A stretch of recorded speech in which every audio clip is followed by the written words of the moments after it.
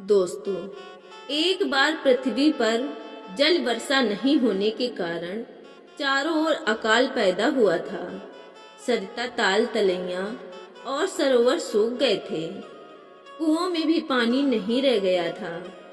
कहीं भी हरियाली देखने को नहीं मिलती थी। मनुष्य, पशु और पक्षी जल के अभाव में तड़प रहे थे। परंतु महर्षि गौतम जी के आश्रम पर उस भीषण अकाल का नामो निशान भी नहीं था। आश्रम के आसपास घनी हरियाली तो थी ही, सरोवर में भी मीठा स्वच्छ जल लहराया करता था। जब चारों ओर जल का अभाव हो गया तो दूर दूर के पशु पक्षी सरोवर के पास आकर रहने लगे और सरोवर के पानी को पीकर सुख से जीवन बिताने लगे। मनुष्यों के भी जब उस सरोवर का पता चला तो झुंड के झुंड गौतम जी के पास पहुँचे और उनसे विनीत स्वर से बोले, ऋषिवर, हम सब पानी के बिना दुख पा रहे हैं। अनुमति दीजिए ताकि हम सब आपके सरोवर के जल का उपयोग कर सकें। गौतम जी ने कहा, आश्रम आप सब का है, सरोवर भी आप सब का ही है। आप स्वतंत्रता पूर्वक सरोवर के जल का उपयोग कर सकते हैं। बस फिर क्या था, झुंड के झुंड लोग तरह तरह की सवारियों पर अपना सामान लादकर सरोवर के पास आकर बसने लगे। कुछ ही दिनों में सरोवर के आसपास चारों ओर अच्छा खासा नगर बस गया। सरोवर के जल से सबको नया जीवन मिलने लगा। सब गौतम जी के तप और त्याग की भूरी भूरी प्रशंसा करने लगे। उन मनुष्यों में कुछ ऐसे भी लोग थे जो दुष्ट प्रकृति के थे। उन्होंने जब जन जन के मुख से ऋषि गौतम जी की प्रशंसा सुनी तो उनके मन में गौतम जी के प्रति इष्टा अग्नि जल उठी। उन्हें ऋषि गौतम जी की प्रशंसा नहीं सुहाई। वे कोई ऐसा उपाय सोचने लगे जिससे गौतम जी को नीचा दिखना पड़े। उनके इस प्रयत्न में कुछ कथित ऋषि मुनि भी सम्मिलित हो गए। गौतम जी को नीचा दिखाना सरल काम नहीं था, क्योंकि वे बड़ी निष्ठा से सदा जीवों की भलाई में लगे रहते थे।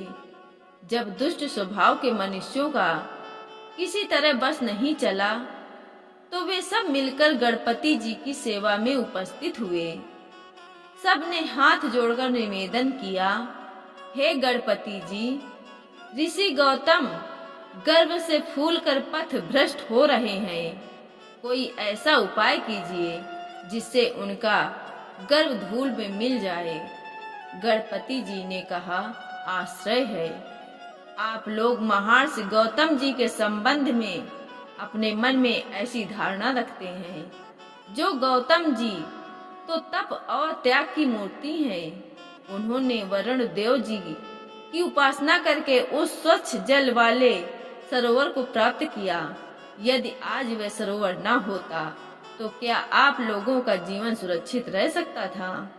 पर उन दुष्ट मनुष्यों के हृदय पर गणपति जी की बात का कुछ भी प्रभाव नहीं पड़ा।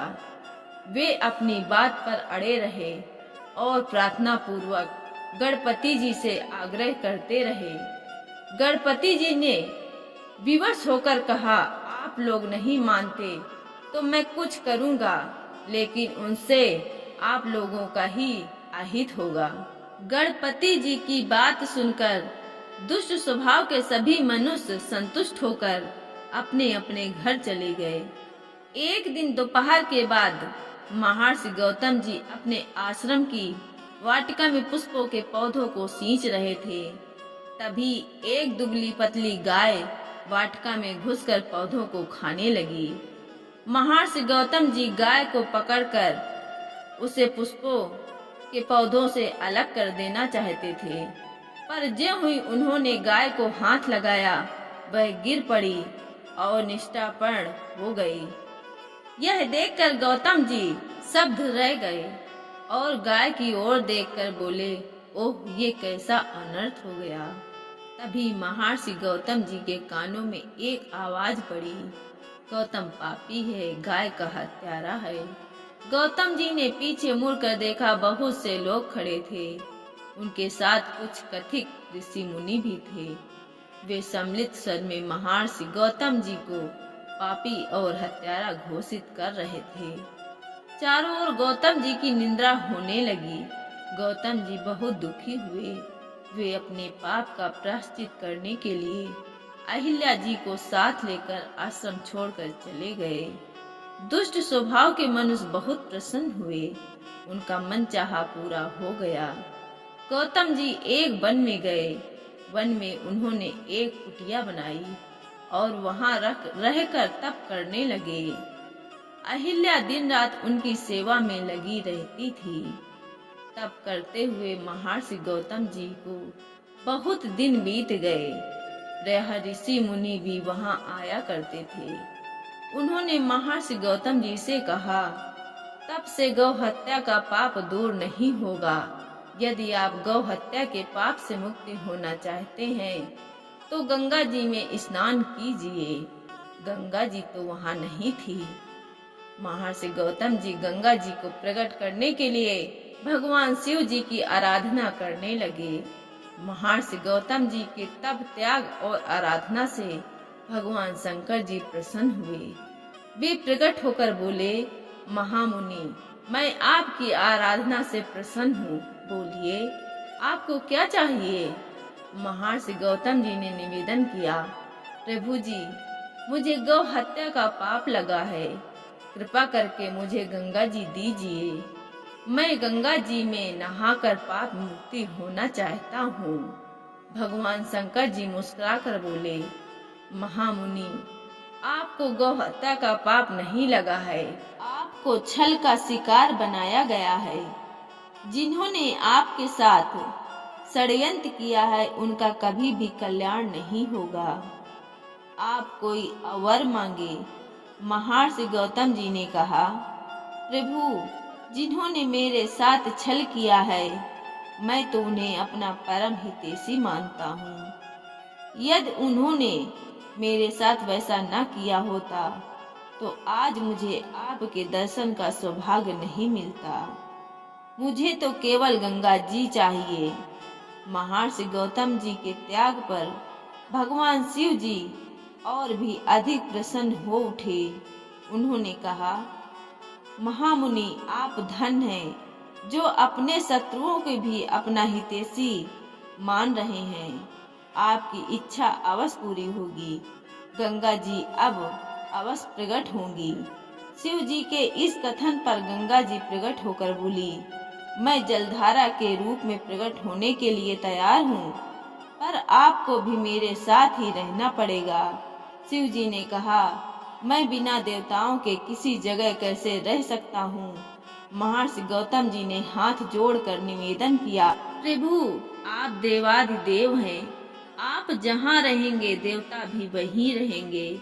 महर्षि गौतम जी के कथन पर शिव जी मुस्कुरा उठे।